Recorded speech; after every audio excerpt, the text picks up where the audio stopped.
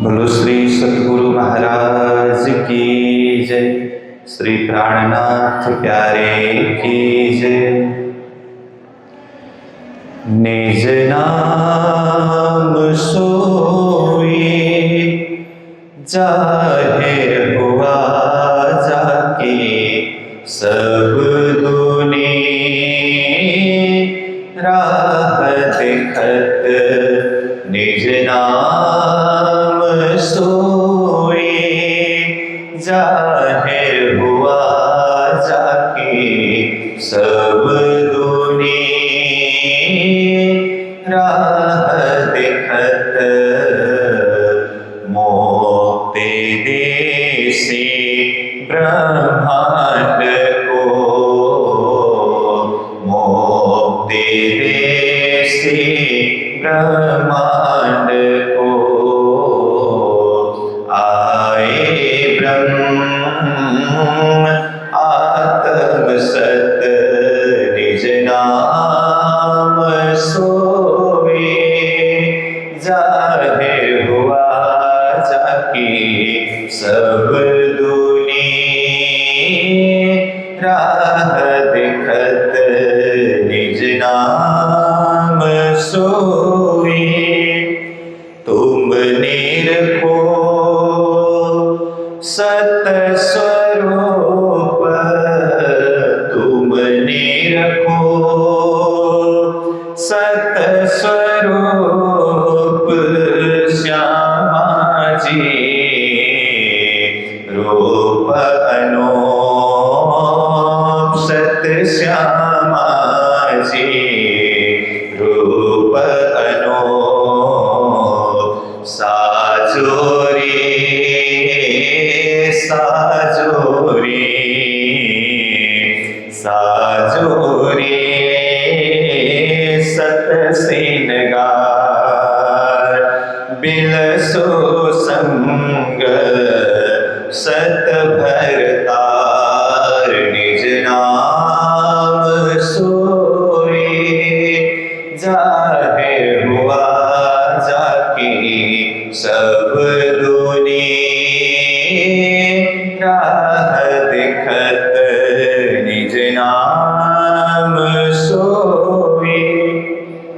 ज्यों ज्यों उठे सत सुख के तरंग ज्यों ज्यों उठे सत सुख के तरंग त्यों त्यों उड़े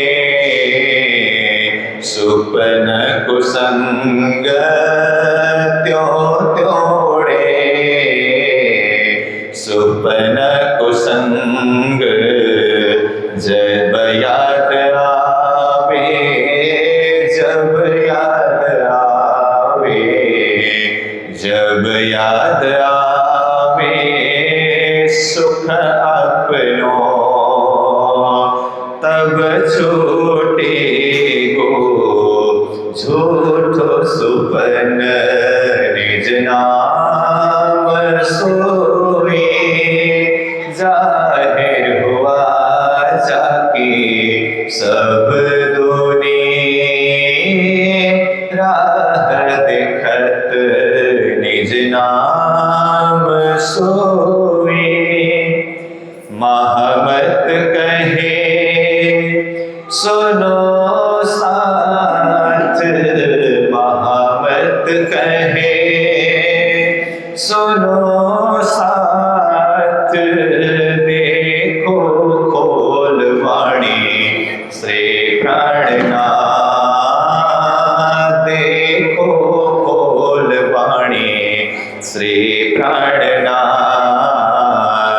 धनी ल्याए धनी ल्याए धनी ल्याए धाम से बचन जिनसे न्यारे ना होए चरण निज नाम सोए जाहिर हुआ जाके सब दुनी राह दिखत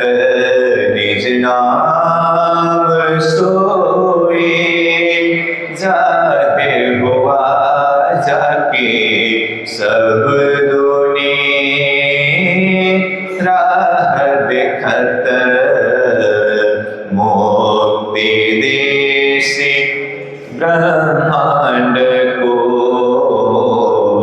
मुक्ति देसी ब्रह्मांड को, आए ब्रह्म आत्म सत निज नाम सोए, जाहिर हुआ जाके सब दूनी, राह दिखत निज नाम सोए। बोलो श्री प्राणनाथ प्यारे की। महामत कहे तिन वास्ते ए तीनों है शामिल, करनी कृपा अंकुर वाके छिपे नामल, वाके छिपे नामल।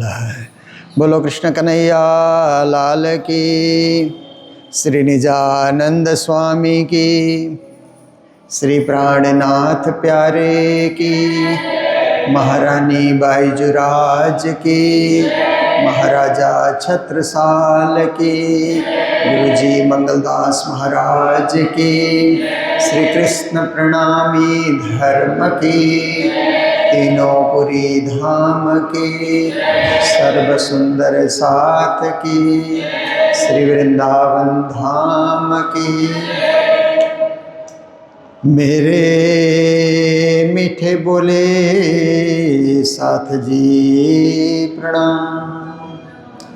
उपस्थित धर्मप्राण शिरोमणि सुंदर साथ जी, माताएं, बहनें, भाइयों, नित्य चर्चा जो हम एक एक चौपाई को सुनते आ रहे हैं कि प्राणनाथ जी ने हमें क्या कहा,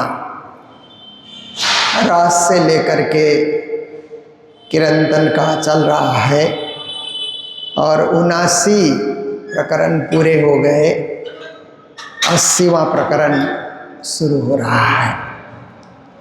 तो हर चौपाई में श्री जी क्या बताना चाहते हैं, क्या रहस्य खोलना चाहते हैं, हमें किस ओर मोड़ना चाहते हैं और हमारा कर्तव्य क्या होना चाहिए, हमारा आचरण क्या होना चाहिए, हमारा विचार क्या होना चाहिए, चिंतन क्या होना चाहिए, इस संदर्भ में गहराई से प्रकाश डालते हैं और बहुत ही सुंदर और सुमधुर वाक्यों से हमें प्रेरित करते हैं। तो देखिए, ये राग श्री में ऐसे तो भारतीय संगीत परंपरा में शास्त्रीय संगीत कहा जाता है। उस शास्त्रीय संगीत में रागों का विधान है, अनेक राग, 36 राग, रागिनी ऐसा कहा जाता है और उससे भी ज़्यादा हैं।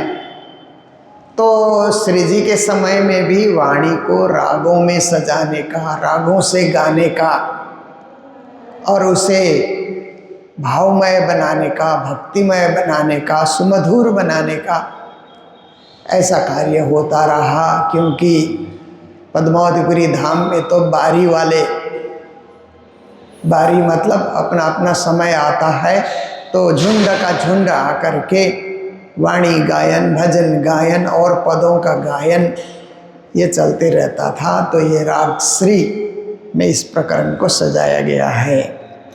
कहते हैं मेरे मीठी बोली साथ जी, ये धाम धनी के लिए जो मीठी मीठी बात करत पिया हम सो, कहते हैं ना, साक्षात श्री राज जी परम धाम में सखियों से बातें करते हैं तो मीठी बातें करते हैं, क्योंकि वहाँ मिठास के अतिरिक्त और कुछ है नहीं।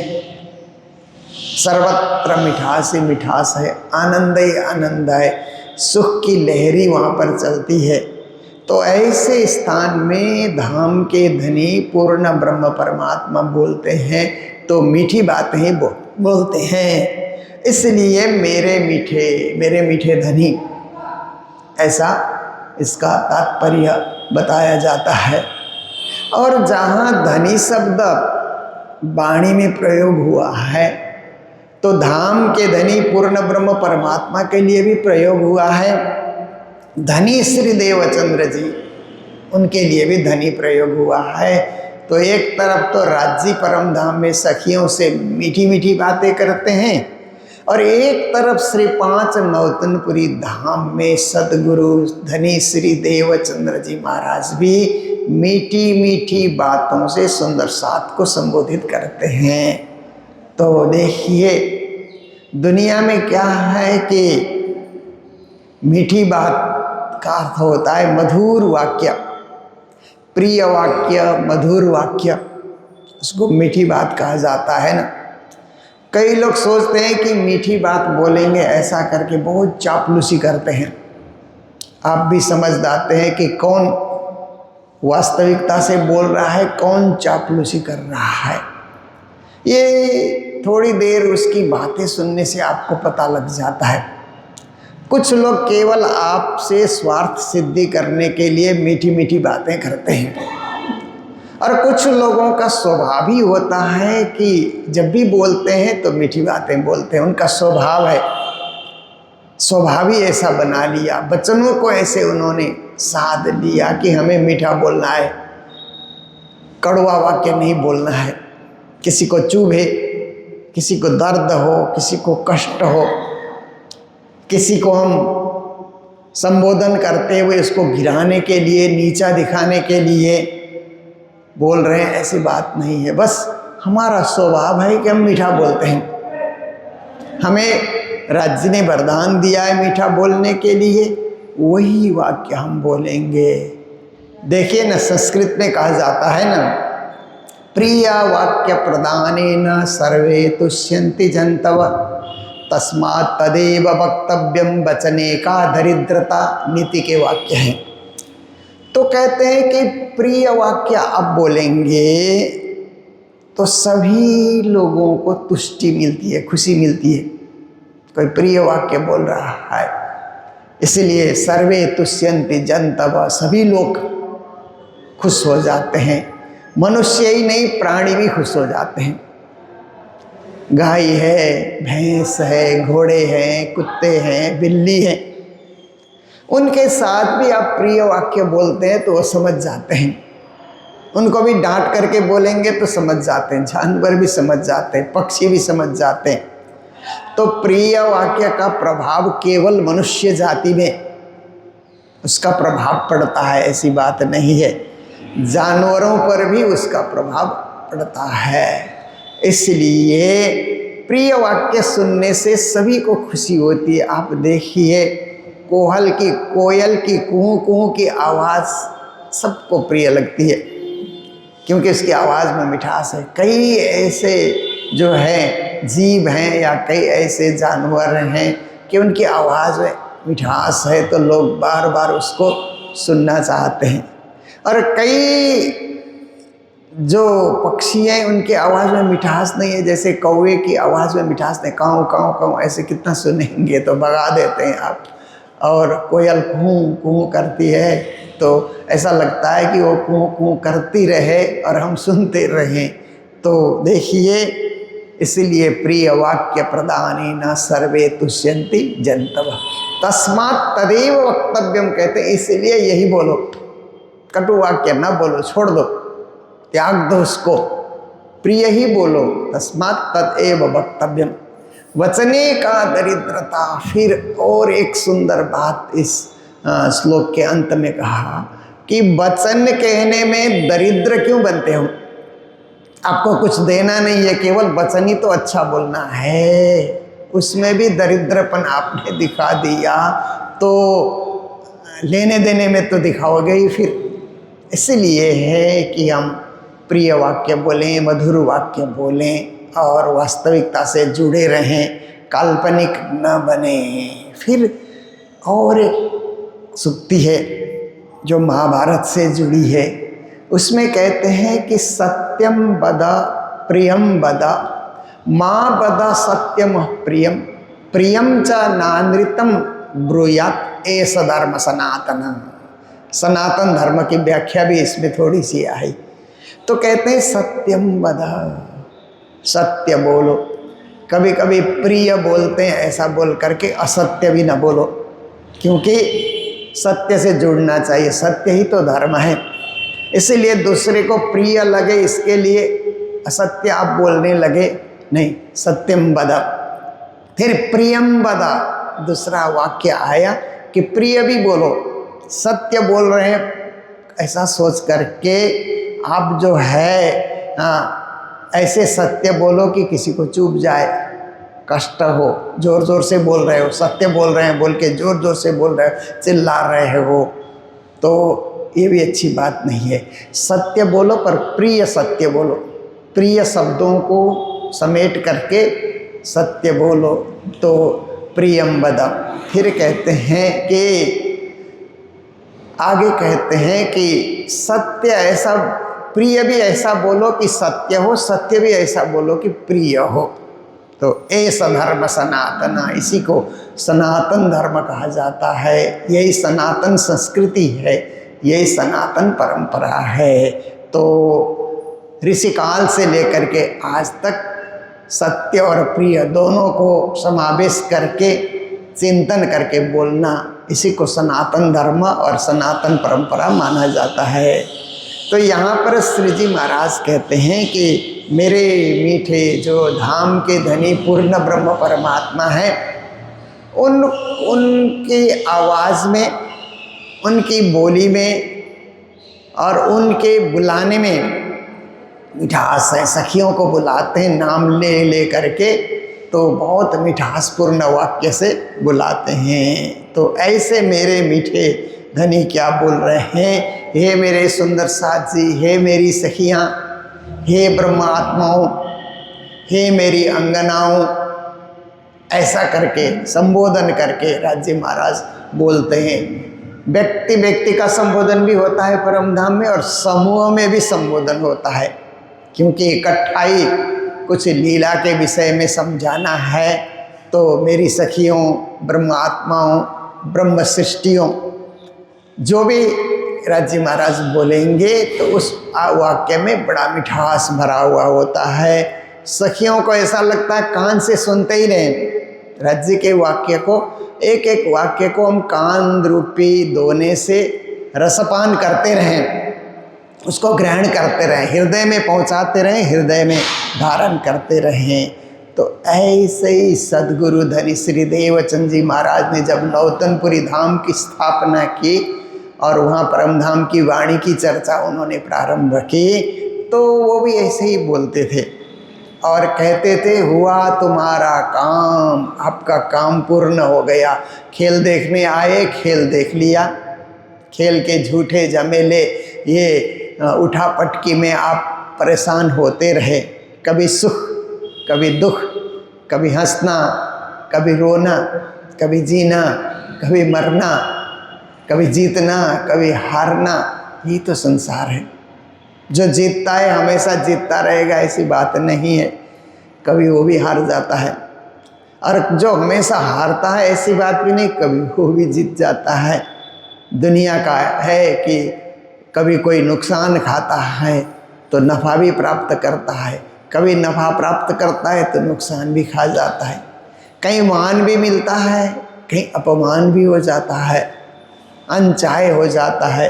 इसलिए ये विविधताओं से मिश्रित संसार का खेल है, सुख दुख का खेल ऐसे मिश्रित खेल है कि एक ही स्वाद चखने को नहीं मिलेगा। यहाँ परम नाम में तो एक ही स्वाद चखते रहते हैं, स्वाद में कोई परिवर्तन वह नहीं होता, पर संसार के स्वाद में परिवर्तन होता है। देखिए ना, फल हम चखते हैं तो पहले शुरू में फल एकदम कड़वे होते हैं, फिर खट्टे होते हैं, फिर वही फल बाद में पकते हैं तो मीठे भी हो जाते हैं।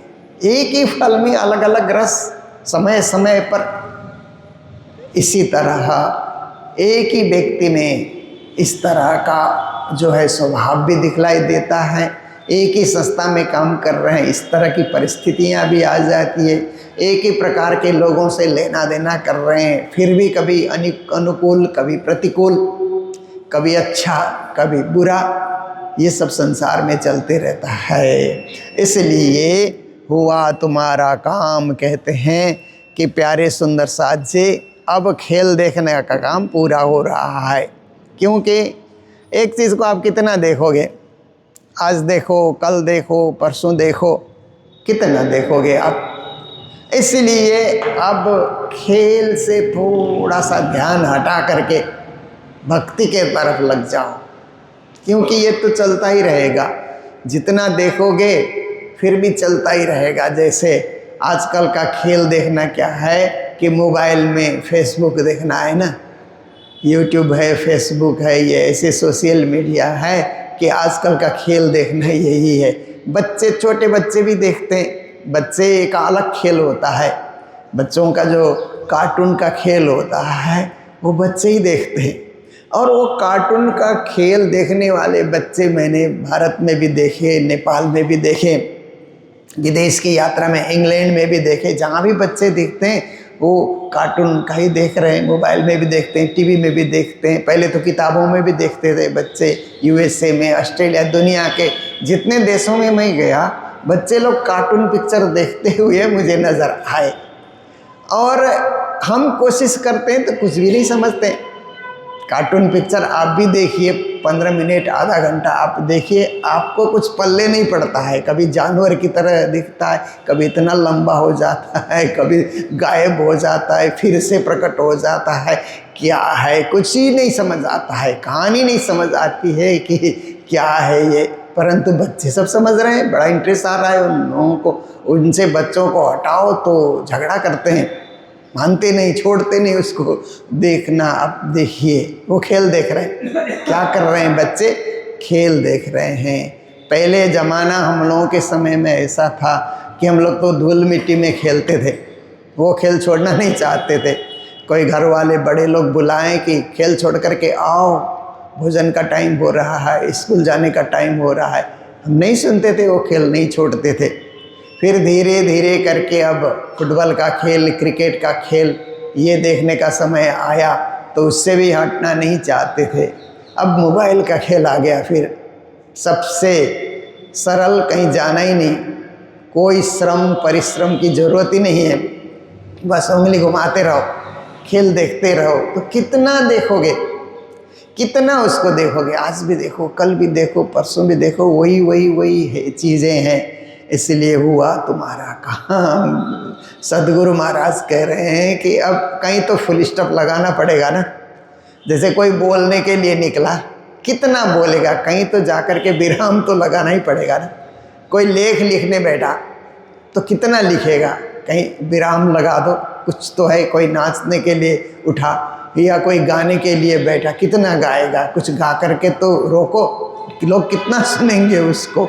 इसलिए खेल भी कितना देखोगे, हुआ तुम्हारा काम। अब सोचो कि खेल से ध्यान हटा करके राज्य की तरफ ध्यान लगाएंगे, मंदिर के तरफ, पूजा पाठ के तरफ, जप साधना के तरफ, उस तरफ हो गया। अब उससे निवृत्ति, प्रवृत्ति से निवृत्ति।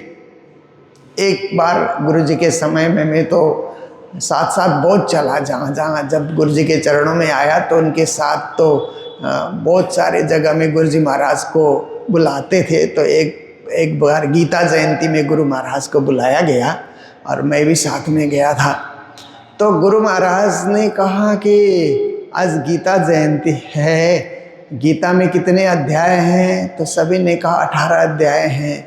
तो गुरुजी ने कहा वो अध्याय का नाम आप लोगों को याद है? ऐसा करके गुरु महाराज ने पूछा तो सब अवाक हो गए, क्योंकि और किताबों में और अध्याय में नाम पहले आता है, गीता में बाद में दिया गया है। इसलिए बाद का कोई पढ़ता नहीं, पढ़ता है तो ध्यान नहीं देता है। तो गुरु महाराज ने कहा कि मेरे साथ ये एक विद्यार्थी है, ये बता देगा 18 अध्याय का नाम। तो मैं तो गुरुजी से सिखा ही था, फटाफट अर्जुन विषाद योग, सांख्य योग, ऐसा करके मैं चल पड़ा और 18 अध्याय का नाम मैंने सुनाया। तो गुरुजी ने कहा आप लोग गीता जयंती मना रहे हो तो अगली बार जयंती में आने से पहले 18 अध्याय का नाम याद रखो। नाम याद रख करके वो अध्याय पढ़ोगे तो पढ़ने में ज़्यादा आनंद आएगा। बिना नाम के पढ़ोगे तो ऐसे ही होगा कि किसी से बिना नाम पूछे बातें आपने शुरू कर दी। परिचय ही नहीं पूछा उसका कि आप कौन है, कहाँ से आए हैं, कुछ आपने पूछा ही नहीं। सीधा ही आपने बात शुरू कर दी, तो उसमें क्या मज़ा आएगा, क्या आनंद आएगा, किससे आप बात कर रहे हैं कुछ पता ही नहीं है। ऐसे ही उस अध्याय का नाम नहीं पता होगा तो क्या पढ़ रहे हो। तो बाद में फिर प्रवचन के दौरान में गुरुजी ने कहा कि लोग गीता की व्याख्या करके बड़ी बड़ी व्याख्या की किताबें निकालते हैं और विस्तार करते रहते हैं, पर मैं 2 वाक्य में गीता पढ़ा सकता हूँ। एक है विषाद और एक है निवृत्ति। विषाद का अर्थ होता है क्या करें क्या न करें, ऐसी स्थिति को विषाद कहा जाता है ना। और दूसरी स्थिति है कि निवृत्ति हो गई। जैसे कोई समस्या आती है तो हम विषाद में पड़ जाते हैं ना, समस्या आ गई, अब क्या करें क्या करें, कैसे करें, इस समस्या से कैसे निकलें। तो फट से फिर एक उपाय सूझता है, या उपाय नहीं सूझा तो राज्य का ध्यान लगाइए, राज्य को प्रणाम कीजिए, राज्य की आरती कीजिए, और कहीं न कहीं से उपाय निकल आएगा। या कभी कभी मित्र लोग भी उपाय बता देते हैं, कभी कोई बड़े बुजुर्ग लोग उपाय बता देते हैं उससे निकलने के लिए। तो समस्या को, विषाद को हमेशा विषाद बना करके नहीं रखना चाहिए, वो तो आपके लिए एक टेंशन की बात हो जाएगी। इसीलिए निवृत्ति ढूंढना, उससे निकलने का मार्ग। हम कीचड़ में फंस गए तो निकले कैसे, वो देखना होगा आपको। कीचड़ में फंस गए ऐसा करके आप बैठे रहें, वहीं बने रहें, नहीं, ये सही नहीं है। उससे निकलने का उपाय, उससे बाहर होने का उपाय हमको देखना होगा। तो विषाद और निवृत्ति आप देखिए। तो ऐसे ही गुरु महाराज ने विषाद और निवृत्ति की बात बताई। ये खेल भी ऐसा ही है, संसार का खेल भी केवल अर्जुन के लिए नहीं, सभी जीवों के लिए, और विशेष करके ब्रह्म ईश्वरी के लिए तो ये विषाद और निवृत्ति का ही खेल है। और कुछ लोग विषाद में ही जिंदगी निकाल देते हैं, निवृत्ति नहीं सीखते। और कुछ लोग समय से निवृत्ति मार्ग ले लेते हैं कि अब विषाद रूपी खेल को मैंने अच्छी तरह देखा, अब हुआ तुम्हारा काम, वो निवृत्ति है। तो इस निवृत्ति की ओर आगे बढ़ो। इसके लिए जीवन में क्या है कि 4 अवस्थाएं इसलिए बताई गई, ब्रह्मचर्य, गृहस्थ, वानप्रस्थ, संन्यास। ये क्या है कि जीवन को एक निवृत्ति की मार्ग में लिए चलने की ये बात है। कई लोग समझते नहीं है, परंतु शास्त्रों ने इसलिए समझाया कि समय बीतते जाता है तो आप में परिवर्तन आते जाना चाहिए।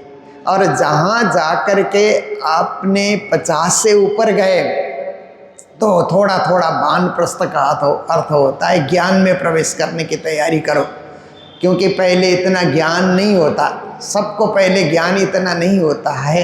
पर 50 क्रॉस करने के बाद तो सेकेंड हाफ शुरू हो जाता है ना जीवन का। पहला हाफ ख़त्म हो गया, दूसरा चैप्टर शुरू हो गया जीवन का। पहला चैप्टर जो है 50 तक बिताने में बड़ा अच्छा लगता है, समय अच्छा गया मेरा 50 साल का, और बड़ा लंबा समय लगता है 50 साल पूरा करना। पर 50 से आगे बढ़ोगे ना तो फट फट फट फट 1 साल, जैसे किताब के पेज आप उलटते हैं ना, ऐसे 1-1 साल निकलता चला जाएगा और धीरे धीरे बुढ़ापे की ओर आप खिसक जाएंगे। इसलिए ऐसे समय में समय खिसक रहा है, जीवन खिसक रहा है, तो निवृत्ति के विषय में कुछ सोचना पड़ेगा कि इसमें फंसे कब तक रहें, निकलो इससे, बाहर हो जाओ, हुआ तुम्हारा काम। सदगुरु महाराज यही कहते हैं, देख लिया खेल, जगत देख लिया, तमाशा देख लिया, तेरा मेरा करते रहे, झंझट झगड़े में पड़े रहे, अब हो गया यहीं तक, अब इससे आगे हम कितना देखेंगे।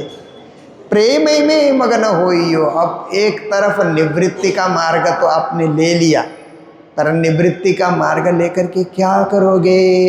जैसे वो आत्मदेव ब्राह्मण गोकर्ण जी को पूछता है ना, बेटे वन में जा कर के क्या करूँगा। उन्होंने कहा आप पिताजी वन को जा रहे हैं, अच्छा सोचा आपने, जाना ही चाहिए, क्योंकि इस घर में आप कब तक बने रहेंगे, निवृत्ति तो आपको चाहिए, अब जाइए वन में।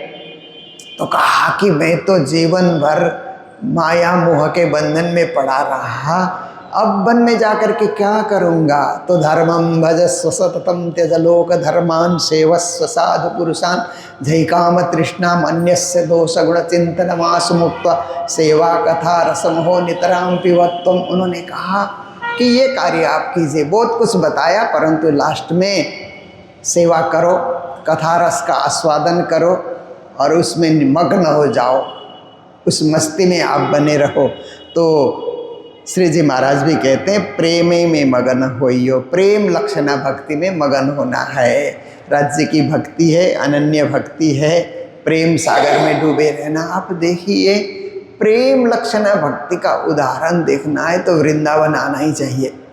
श्री धाम वृंदावन में जो यात्री आ रहे हैं, पहले हम श्री धाम वृंदावन में शायद सबसे पहले 73 में आया होगा। उस समय इतनी भीड़ नहीं होती थी, सब जगह खाली खाली खाली खाली, मकान भी इतने बने हुए नहीं थे। तो जिस मंदिर में भी जाओ खाली खाली, दर्शन भी अच्छे हो जाते थे। और गोवर्धन जी भी हम लोग चले गए वहाँ पर भी, और बहुत सारे बरसाना जो भी देखना था उस समय हमने देखा। तो इतनी भीड़ नहीं थी उस समय, और सब लोग अपनी अपनी जगह उपासना करते हुए, भजन गाते, कुछ करते हुए वहाँ पर दिखलाई देते थे। धीरे धीरे क्या है कि एक तरफ तो कलियुग का प्रभाव बताया जाता है, दूसरी ओर लोगों में धर्म का प्रभाव। इतने कथाकार वृंदावन से बाहर जाने लगे और श्री धाम वृंदावन की महिमा बताते हैं, तो हर कथा सुनने वाले के मन में इच्छा जागती है जो कृष्ण भक्ति करता है या हिंदू सनातन परंपरा से जुड़ा है, वृंदावन धाम चलो, दर्शन करो, परिक्रमा करो। ये सब चीज़ें बढ़ गई। तो आज आकर के ऐसी सी स्थिति हो गई कि आप गाड़ी लेकर के आते हैं तो पुलिस वाले बोलते हैं गाड़ी इधर पार्क कीजिए, पैदल जाइए, कहीं से भी घुसने नहीं देते हैं। लास्ट टाइम भी मैं आया तो बहुत समझा करके कि हमारा मंदिर ही यही है, हम जाएंगे कहाँ, ऐसा बोल करके। और कल भी ऐसे बोलना पड़ा, तब जा कर के इधर से इधर जाओ, उधर जाओ, वहाँ से घुसने नहीं देते क्योंकि भीड़ ज़्यादा आने लगी। भीड़ आती है तो पुलिस वाले सक्रिय होते ही हैं व्यवस्था के लिए, वो लोग किसी को आने नहीं देते हैं। तो ये भीड़ क्या है? भक्ति की भीड़ है, और भीड़ नहीं है कोई तमाशा देखने के लिए, ये क्रिकेट देखने के लिए या कोई यहाँ पर सर्कस देखने के लिए भीड़ नहीं है। ये भक्ति की भीड़, एक भक्ति सागर में डूबने के लिए कि वृंदावन जाएंगे तो कृष्ण भक्ति का आस्वादन करेंगे। तो सद्गुरु का आदेश भी यही है कि आप नौतनपुरी जाओ, महामंगलपुरी जाओ, पद्मावतीपुरी जाओ या प्रणामी समाज के किसी भी मंदिर में, किसी भी परमहंस पीठ में जाओ, प्रेम में मग्न होइए, प्रेम में मग्न हो जाइए। वहाँ जा कर के कि राज्य का प्रेम, राज्य का दर्शन, राज्य के चरणारविंद की प्राप्ति और उनके महाप्रसाद चरणामृत की प्राप्ति, उसके लिए प्रेम में आप डूबिए। और कोई भी कार्य यहाँ कीजिए तो प्रेम से आप कार्य कीजिए। नफरत बढ़ाने के लिए प्रेम से कार्य करना है। एक बार मैंने बात सुनी थी कि कोई लेख इत्यादि धार्मिक पत्रिकाएं आती है ना, तो एक व्यक्ति धार्मिक पत्रिकाओं में लेख पढ़ रहा था, तो वहाँ पर उसने पढ़ा कि रोज माखन और मिश्री का भोग लगाओगे तो एक दिन कृष्ण के दर्शन होंगे, और नहीं दर्शन हुए तो कृष्ण की कृपा होगी आपके ऊपर। जो भी कार्य आप करोगे उसमें कृष्ण के ऐसी कृपा होगी कि काम बन जाएगा। दो में से एक तो होगा ही होगा, ऐसे लेख में लिखा हुआ था। तो भक्त ने दूसरे दिन से भोग लगाता है, माखन मिश्री भगवान को भोग लगा रहा है। साल, 2 साल, 5 साल, 10 साल, 15 साल, 20 साल हो गए, न दर्शन हुए न कृपा का अनुभव हुआ। तो एक दिन एक महात्मा जी, गुरु जी कहीं से घूमते घामते फिरते हुए घर आए, तो उस भक्त ने कहा कि गुरु जी, मैं ऐसा पढ़ा था धार्मिक पत्रिकाओं में कि माखन मिश्री का भोग लगाने से कृष्ण के दर्शन होंगे या कृष्ण की कृपा होगी। दोनों चीज़, दर्शन भी नहीं हुए, कृपा भी नहीं हुई, मैं कब छोड़ दूँ कि करता रहूँ। तो गुरुजी ने कहा, बेटा वो माखन मिश्री तो एक बहाना है, तुमको क्या करना है, मिश्री जैसी बोली और माखन जैसा कोमल हृदय बना करके भक्ति करो तो कृष्ण के दर्शन होंगे या कृष्ण की कृपा होगी। ये माखन मिश्री जो है ना, ये तो एक बाहर का एक जो है सामग्री है जो आप धरा रहे हो, पर आप भी तैयार हो जाओ ना, अपनी बोली से, अपने हृदय से, अपने मन से आपको भी तैयार होना होगा। ऐसा करके गुरुजी ने समझाया, तब उसको बात समझ आई।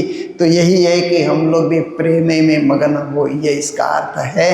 हृदय में प्रेम प्रकट हो, हृदय में भावना प्रकट हो, हृदय में भक्ति प्रकट हो। खुला दरवाजा धाम कहते हैं, इतना आप करोगे तो ताथे श्री महामती प्रेमले तौलती, तिन से धाम दरवाजा खोलती कहते हैं ना। इंद्रावती सखी आपके लिए धाम का दरवाज़ा खोल देंगी, फिर आपको खोलना नहीं पड़ेगा। देखिए कभी कभी किसी के घर आप जाते हैं ना, तो दरवाज़ा खुला मिल जाता है ना, घर वाले पहले से दरवाज़ा खोल करके रख देते हैं, तो ऐसे स्थिति में बड़ा आनंद आता है। तो परम धाम का दरवाज़ा इंद्रावती खुद खोल देंगी। दरवाज़ा खोलने का अर्थ वो कपाट खोलना ऐसी बात नहीं है, परम धाम जाने की जो है ना अनुमति देना, परम धाम प्रवेश करने की अनुमति जो है वो इंद्रावती देगी आपको, मतलब प्राणनाथ जी हमको देंगे। खुला दरवाज़ा धाम, आपके लिए परम धाम का दरवाज़ा खुला मिलेगा। सखिरी धाम जाइए और अंत तो गत्वा, हे सखियों, हे ब्रह्मात्माओं, आपको उसी धाम में जाना है जहाँ से आए। पर जब तक वो दिन नहीं आया तब तक क्या करें? तो हमारे जो संसार में धाम बने हुए हैं उन धामों में आए, उनके दर्शन करें, परिक्रमा करें, थोड़ी देर बैठें और परम धाम का ही अनुभव करें। जब तक राज्य ने जीने का अधिकार दिया है तो इस धाम के दर्शन करके जीना चाहिए। अब जब राज्य कहेंगे कि अब तुम्हारा काम पूरा हो गया, हुआ तुम्हारा काम, तो फिर वो धाम, इस धाम में आने का अभ्यास है तो वो धाम का दरवाज़ा भी खुला मिलेगा और वहाँ भी हम प्रवेश कर पाएंगे। यहाँ अभ्यास हमने नहीं किया तो वहाँ एक साथ मिलने वाला नहीं है। क्योंकि आप देखिए बच्चों को फाइनल एग्ज़ाम देने से पहले कई परीक्षाएं देनी होती है ना, कई बार परीक्षाएं देने के बाद फाइनल परीक्षा में बच्चे पहुंचते हैं। ऐसे ही फाइनल परम धाम का दरवाज़ा खुलना है, वहाँ प्रवेश करना है तो कई मंदिरों में जाना पड़ेगा हमें, और मंदिरों में भी जाइए, उनकी भक्ति भी देखिए, उनकी साधना आप देखिए। कोई गौलोक धाम का द्वार में प्रवेश करना चाह रहा है, कोई और धाम की तैयारी कर रहे हैं, वैकुंठ धाम से लेकर के हो सकता है स्वर्ग धाम की तैयारी भी कई लोग कर रहे हैं। तो परम धाम की तैयारी करने वालों को उससे अच्छा बन करके, उससे बेहतर बन करके तैयारी रखनी चाहिए। ये श्री जी महाराज की शिक्षा है, सखिरी धाम जाइए। तो इन्हीं शब्दों के साथ श्री धाम वृंदावन में मुझे भी बार बार आने का मौका मिल रहा है और श्री 5 पद्मावतीपुरी धाम दर्शन करने का भी मुझे बार बार मौका मिल रहा है। राज्य की कृपा है कि हम लोग भी धाम से जुड़ते हैं तो और राज्य के नज़दीक होने का अनुभव करते हैं, जो आप लोग भी करते ही आ रहे हैं। तो इन्हीं शब्दों के साथ आज की चौपाई को यहाँ विराम दे रहे हैं। बोलो सतगुरु महाराज की, श्री प्राणनाथ प्यारे की, सर्व सुंदर साथ की। मेरे मीठे बोले साथ जी,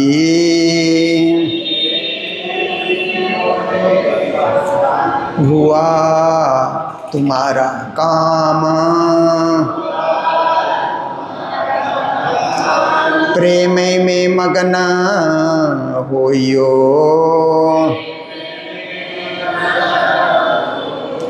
खुला दरवाजा धाम, सखिरी धाम जाइए। बोलो श्री प्राणनाथ प्यारे की, श्री धाम के धनी की प्रणाम।